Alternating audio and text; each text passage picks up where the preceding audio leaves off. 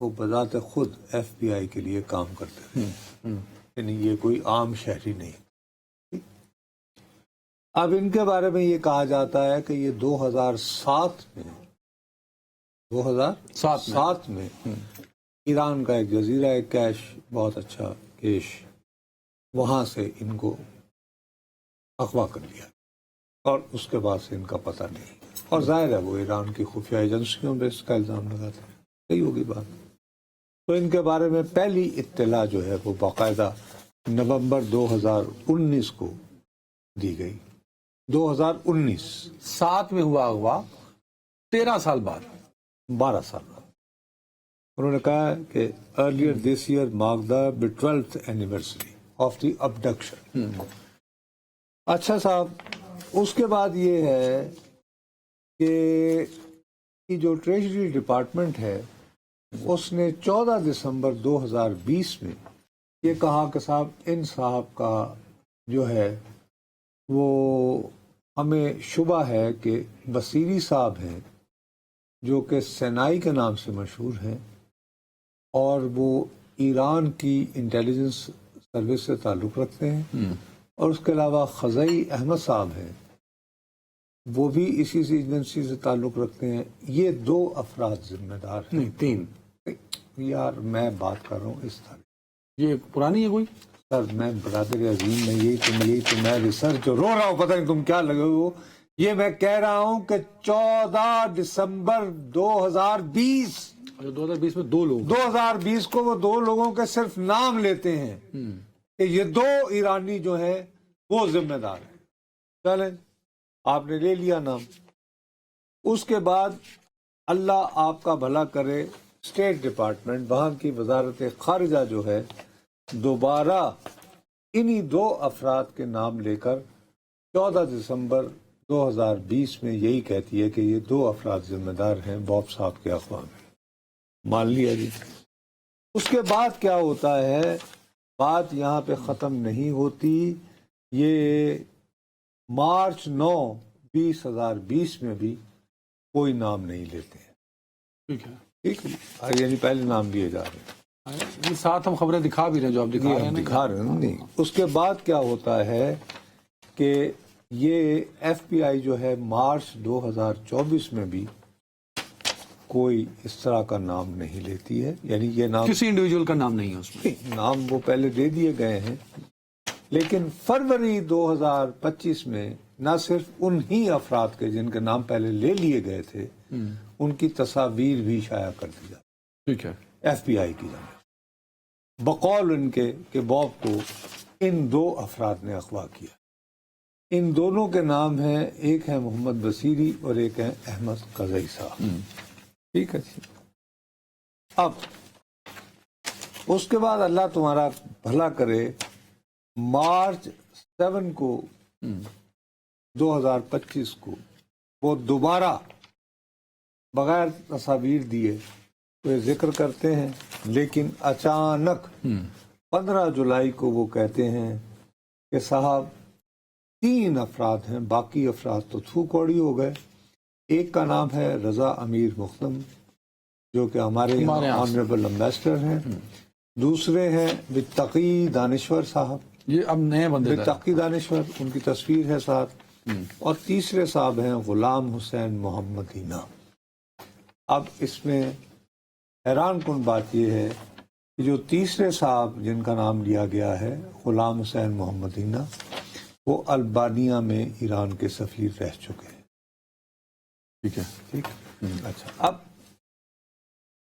سچی بات ہے، اچانک پاکستان میں متعین ایرانی سفیر کی اس واقعے میں مداخلت کا الزام میرے لیے حیران کن ہرگز نہیں ہے۔